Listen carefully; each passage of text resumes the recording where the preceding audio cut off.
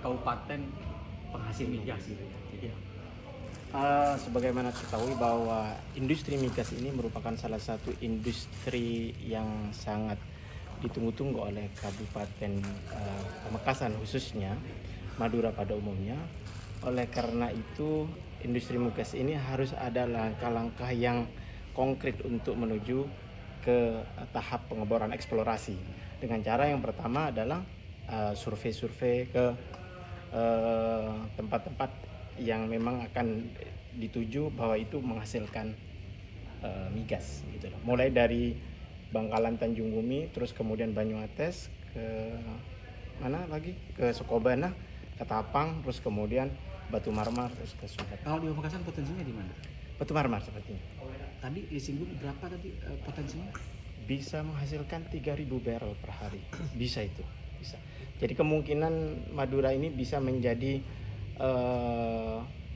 Earth Trend kedua ya. Jadi menjadi Arab Saudi kedua. Bisa dengan adanya potensi ini, maka seluruh teman-teman pelaku minyak maka berinisiatif untuk melakukan survei seismik dengan menggunakan 3D dengan lebar 3 km dan panjang 6 km untuk mengetahui di mana sumber migas itu berada. Itu setara berapa kalau produksinya tadi berapa disebut? Di potensinya? Ya tinggal dikalikan saja oleh Mas Ongki. Ini seperti apa? Sekarang apa hambatannya untuk kemudian Pamekasan khususnya Madura untuk melangkah ke situ?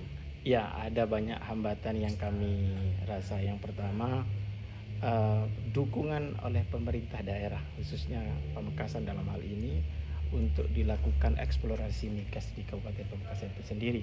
Terus kemudian bagaimana tokoh-tokoh masyarakat di daerah Pantura bersinergi, bekerjasama dengan para investor, para pelaku migas untuk menghasilkan sebuah produsen minyak di Pamekasan. Oke, selain di Pamekasan, di mana lagi sumbernya di Bintang Utara ini? Kemarin itu daerah Pademau, tetapi bukan di offshore, bukan di onshore, tetapi di offshore sepertinya. Di Cumiyang itu ya. Itu masih ada, ya masih investigasi, terus kemudian masih tahap survei, masih belum ada tahap eksplorasi. Tapi ada potensi juga nih. Kemungkinan ada potensi migas di situ. Bahwa dengan kata lain, bahwa Madura ini dikatakan pulau sebenarnya bisa dijadikan sebagai pulau penghasil minyak terbesar di Indonesia, bisa dijadikan di Indonesia lah.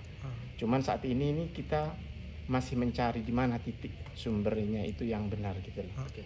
Tadi data yang menyebut potensi di Batu Marmar itu berdasarkan data dari mana?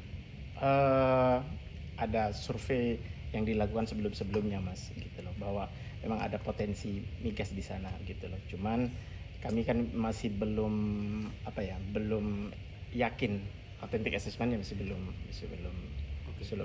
akurat gitu. Jadi nanti nunggu hasil dari 3D seismik ini ya? Ketahuannya ya? September sepertinya. September. Survei seismik kok baru dilakukan? Atau sebelumnya sudah dilakukan? Iya, itu biasanya mengacu kepada perizinan Mas. Perizinan. Bagaimana regulasi yang ada itu diimplementasikan oleh pihak pemerintah untuk pelaku migas sendiri. Kira-kira kapan bisa diketahui hasil survei seismik itu?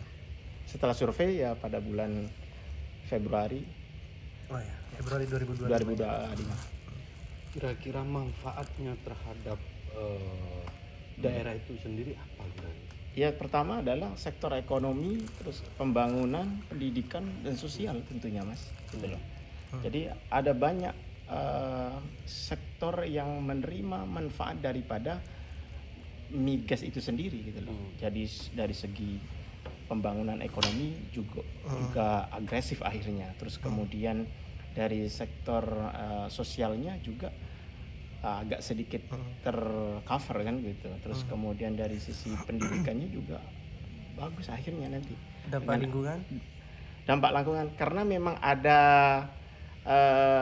kita ini punya aturan sendiri untuk lingkungan. Kita punya teknik sendiri gitu loh. Jadi Andalalinnya sudah diperhitungkan semua itu. Oh, ya. Jadi kami tidak gampang melakukan eksplorasi. Oh, ya. Semuanya sudah diperhitungkan, sisi ininya sudah diperhitungkan secara komprehensif gitu loh ya. Mungkin ada daerah yang pernah atau sedang eksplorasi terkait migas ini yang bisa dijadikan percontohan. Ya di banyak mas, di Kalimantan, di Sembakung dan di Cepu, ya kan? Cepu. Nggak usah jauh-jauh ya di Cepu. Sekarang di Cepu itu. Cepu ini kan kenapa disebut dengan Cepu? Karena sebagaimana kita ketahui bahwa Cepu itu sentral petroleum, ya. Kita bisa ketahui bahwa Cepu ini sentral petroleum unit ya kan, bisa dikatakan. Dan kondisi saat ini di Cepu sendiri di Bojonegoro itu kondisi masyarakatnya juga sangat bagus gitu loh. Bahkan ada ada hotel bintang 5 di dalam gang. Iya.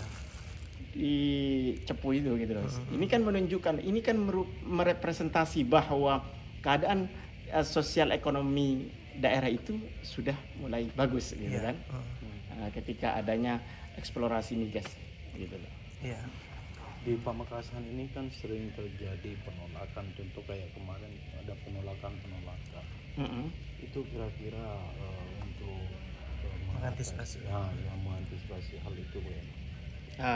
Penolakan ini kan sifatnya adalah internal, Iya. pasti internal. Jadi bagaimana pemerintah kabupaten bersinergi dengan masyarakat yang masuk pada kabupaten yang akan diduga sebagai penghasil migas, ada kooperasi, ada kerjasama yang cukup baik. Jadi terus dibangunlah kedekatan emosional pemerintah daerah dengan masyarakat.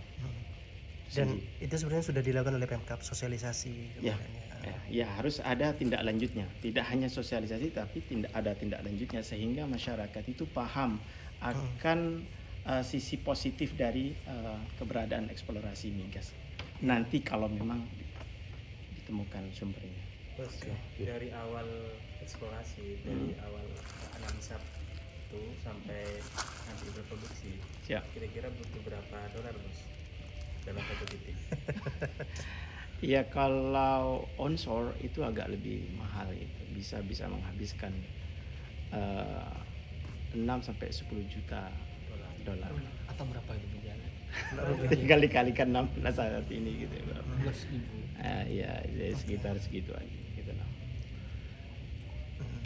Ada lagi? Saya ada 16 triliun 160 miliar. 160 Itu uang ya? Ya. Oh, semua itu. Ya lumayan. Tapi Tadi perkembangan yang stok pilih Bangkalan Ya. gimana sekarang? Untuk perkembangan stok pilis ini